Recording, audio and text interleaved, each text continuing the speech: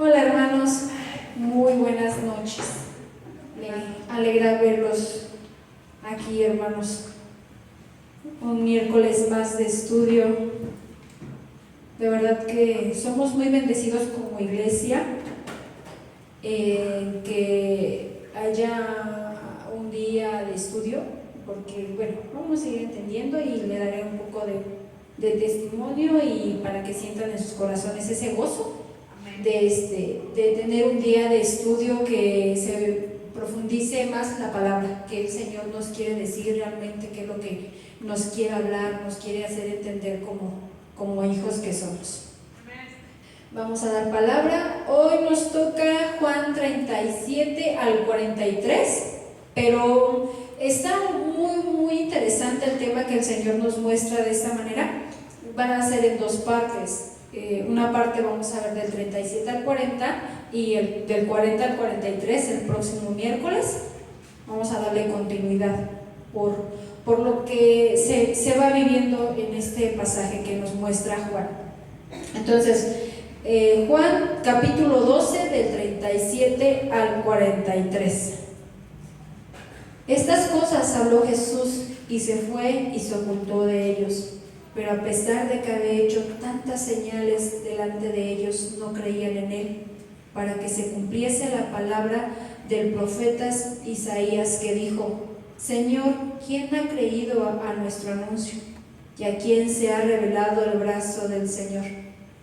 Por esto no podían creer, porque también dijo Isaías que cegó los ojos de ellos y endureció su corazón, para que no vean con los ojos y entiendan con el corazón y se conviertan y yo los sane.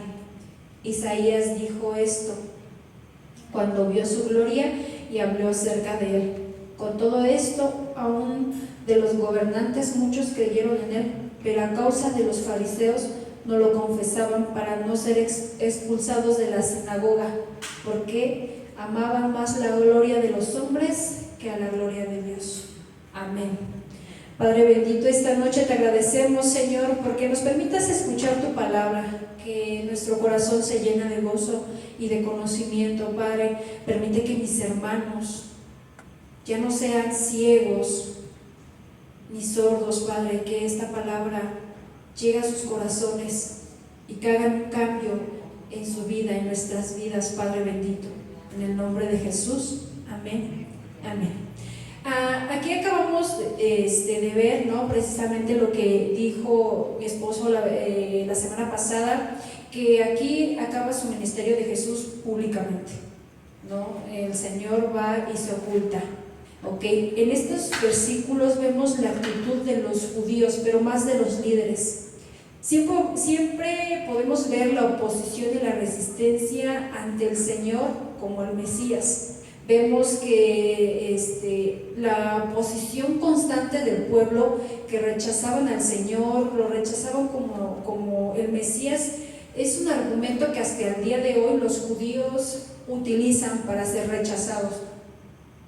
Aquí vemos que el que ya no nos habla el Señor, habla Juan, pero lo dice en un tono como de asombro, ¿no? Dice, no creían en él. Entonces, si no era falta de señales.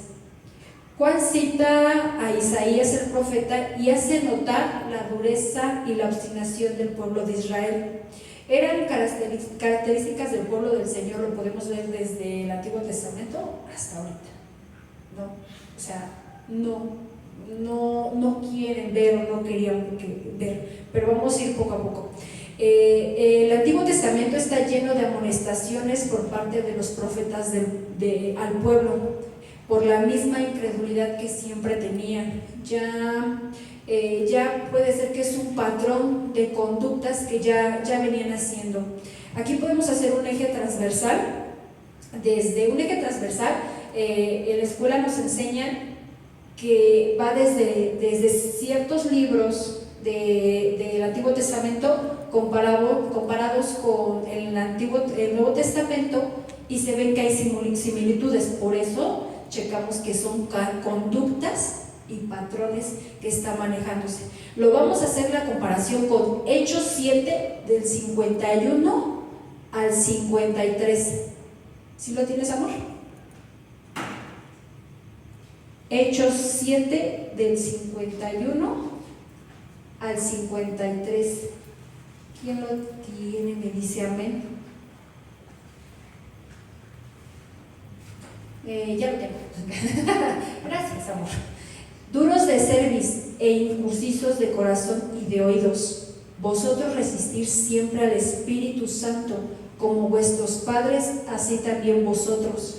¿A cuál de los profetas no persiguieron a vuestros padres y mataron a los que anunciaron de antemano la venida del justo, de quien vosotros ahora habéis sido entregados y matadores? Vosotros que recibiste la ley por disposición de ángeles y no la guardasteis.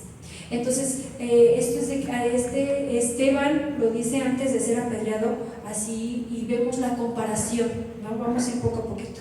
Con su incredulidad de los judíos, más por los líderes, no afirmaba que Jesús no fuera el Mesías, al contrario, afirmaba que era el Mesías, ya que se estaba cumpliendo la profecía de Isaías del Mesías anunciado.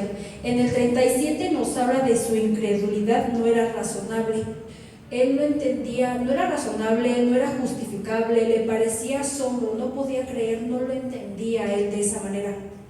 Más adelante en Juan 20, 30-31 vamos a ver que el Señor nos dice que había, bueno, dice el evangelista que el Señor había hecho infinidad de señales, pero no, aún así no creían.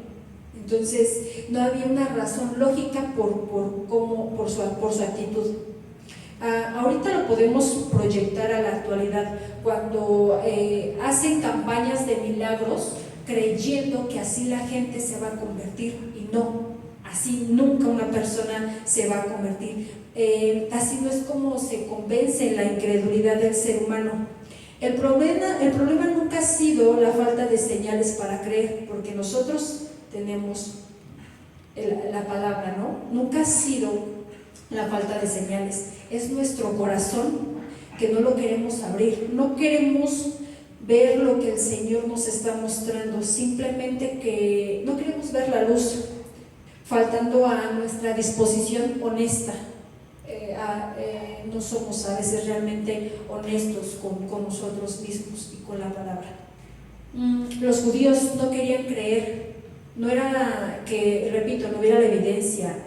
Moisés también les dijo en Deuteronomio 29, 2, 3, habían visto todo y tenían las evidencias.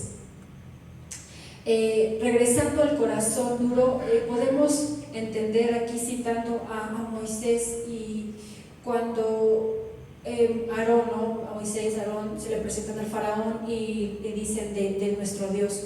Entonces yo quiero entender esto de que Él les dice: ¿quién es tu Dios? El Señor se muestra ante el faraón, muestra las señales, y Él no quiere creer. Las vio, pero no las quiere creer. Ahí hablamos de que Él endureció su corazón, pero las señales nunca faltaron, las señales estuvieran ahí. Entonces, conclusión del inicio que estamos dando, las evidencias eran suficientes para cualquier persona que quisiera creer. Era necesario que quisieran creer, pero no había ese deseo. Nos damos cuenta que la fe no llega de forma espontánea. La fe surge cuando la persona anhela conocer a Dios, de la reflexión de las evidencias del Señor que ha puesto delante de nosotros. La fe no está peleada con el razonamiento. Incluso la persona más razonable es la persona más llena de fe. Y esto lo dice Pablo, cómo utiliza la conciencia y el razonamiento en Romanos 2:15. Cuando vayamos viendo los libros más adelante, vamos a ir entendiendo muchas cosas que a veces nosotros con incredulidad no lo creemos, porque para nuestra mente no es razonable, pero la fe y las muestras están. Y más, él le parecía asombroso porque estas personas, estos líderes, eran realmente religiosas, pero también muy incrédulas. Del 37 al 39, el evangelista muestra que su incredulidad de las evidencias tenía implicaciones, que se podían empeorar. Lo que les decía, en el 37 dice, no creían en él, o sea, no querían creer, pero en el 39 nos dice, no podían creer en él.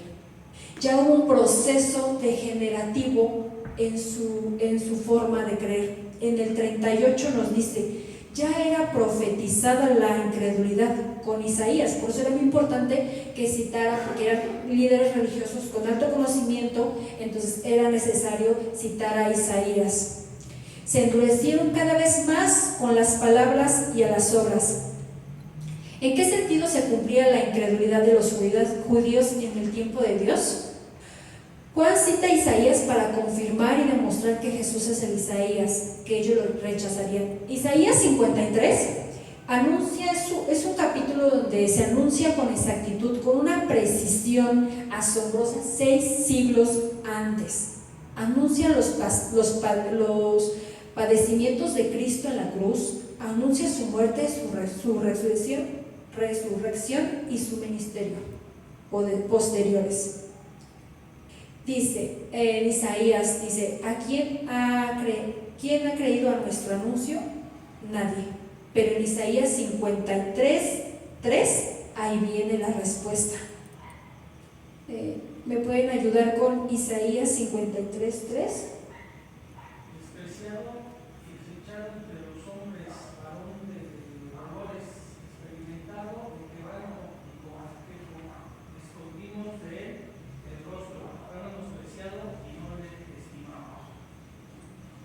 Esa es la respuesta a lo primero que nos dice, a lo primero que cita Isaías.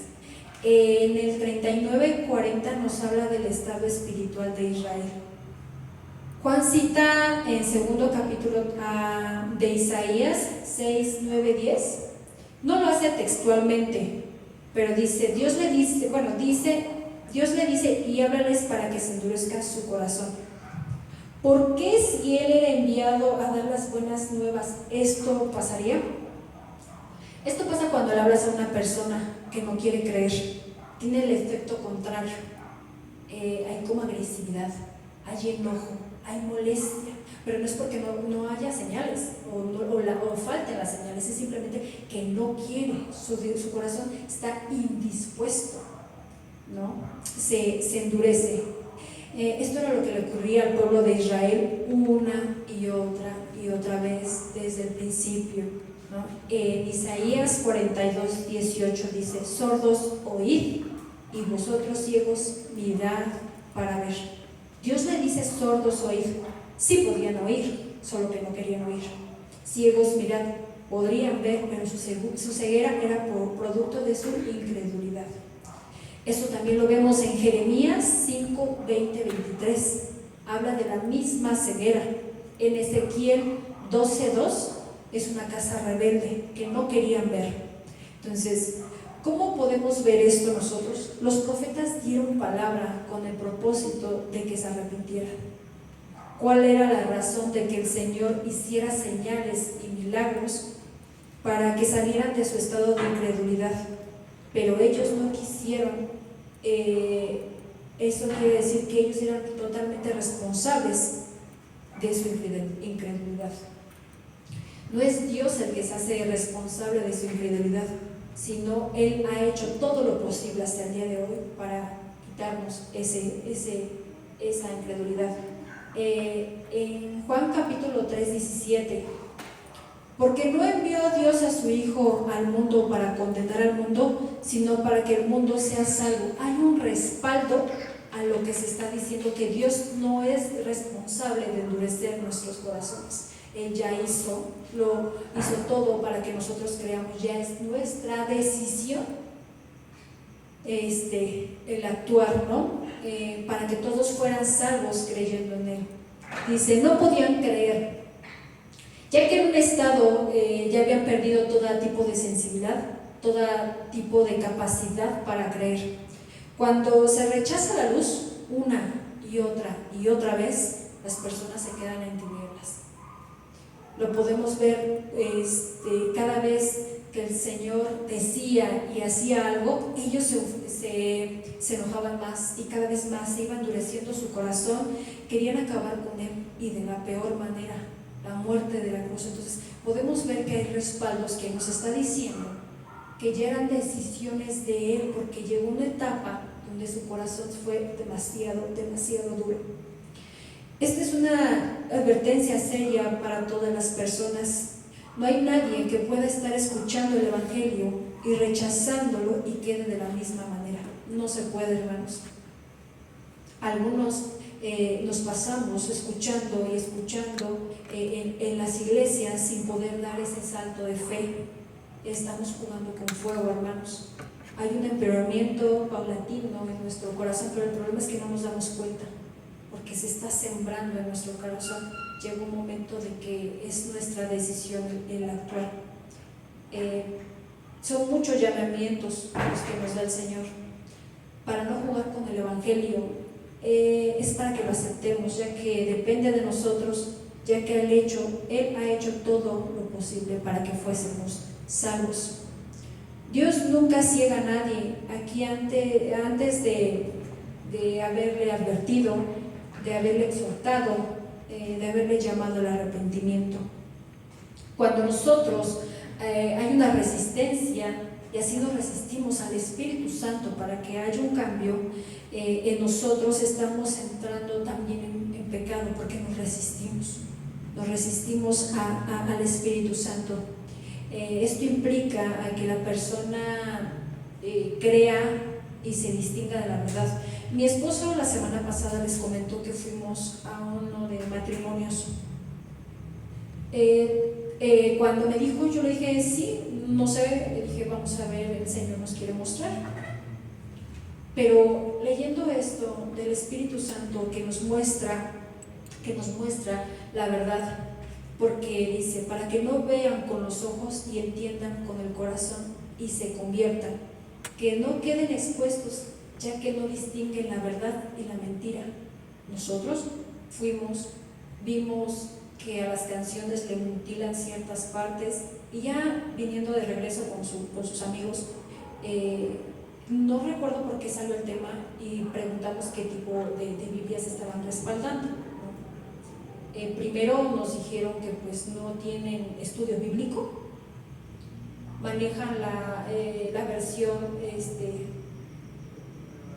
Nueva Internacional, así. Entonces, y me dice la esposa, lo que pasa, y mi esposo diciendo, la correcta debería ser Reina Valera. Y ya se le reforzó diciendo lo que nosotros no lo decimos, sino que pues es la más traducida, más allegada a los rollos, y se le explicó a la señora. Dice, es que nosotros utilizamos esto porque es más ligera, más entendible. Y yo le dije, lo que pasa es que le quitan la divinidad a Jesús. Lo hacen más corto, como si masticaran y les dieran eso. Entonces, ¿qué pasa cuando no estamos llenos del Espíritu Santo? No sabemos distinguir, nos dejamos ir por corrientes, y es algo sumamente importante que estemos pidiendo la llenura del Espíritu, porque nosotros se prendieron los foquitos rojos, ¿no? Y fue triste porque su cara de ellos fue de asombro cuando les dijimos, pues los pastores nos permiten aprender a todos, las puertas están abiertas de los institutos, o sea, toda esa parte, ¿no? que nosotros compartimos de la iglesia, ¿no? Misión de fe. Y ver que ellos no llevan Biblia porque todo se lo proyectan en la pantalla es triste, porque ellos cómo saben que sí les están hablando con la verdad, cuando nosotros, Jaime y yo, fuimos los únicos que llevamos la Biblia. Entonces es importante pedir la llenura del Espíritu Santo para que Él nos corrija, Él nos muestre la luz, Él nos muestre lo que el corazón nos haga piedra. Él mostrándonos, vamos a andar en Cristo, vamos a caminar con Cristo. Dice, y no cualquiera venga con otras ideas las más perdidas, porque nos podemos ir a movimientos emocionalistas, nos podemos ir donde nos lean la palabra muy ligerita, porque aquí mismo nos dice que Dios no nos endurece, o más bien no decidimos endurecernos cuando Dios ya nos ha exhortado, llamado al arrepentimiento y nos ha advertido. Lo que hemos aprendido y lo que a mí me llamó mucho la atención de allá, que dieron testimonio, hicieron oración, pero nunca hubo un respaldo bíblico. Cuando hay un testimonio, cuando lo que yo les estoy diciendo, de que quedan expuestos y esto, el respaldo bíblico que tengo es de 2 de Tesalonicenses del 2, del 10 al 12. Eso es lo que el Señor nos muestra, que todo aquello tiene que venir con un respaldo bíblico, con un respaldo que es palabra del Señor. Eso debemos de aprender del pueblo del Señor, cómo ha tenido patrones de conducta. Y así mismo lo podemos ver reflejado en nosotros como personas. ¿Cuántas veces hemos sido llamados? ¿Cuántas veces hemos? Entonces hay que estar con los ojos muy abiertos, estar pidiéndole al Señor que nos muestre lo que es de Él. Cuidado con jugar con la gracia de Dios, cuidado con menospreciar las evidencias que Dios nos da, cuidado con rechazar la predicación de la palabra de Dios, porque la persona incrédula nunca queda en el mismo estado. Así lleguemos a decidir para bien o para mal. Es nuestra decisión, porque la evidencia aquí está, los respaldos bíblicos a todo lo que se dice aquí están. Es por eso que citamos, porque no sale de aquí, hermanos, sale de aquí.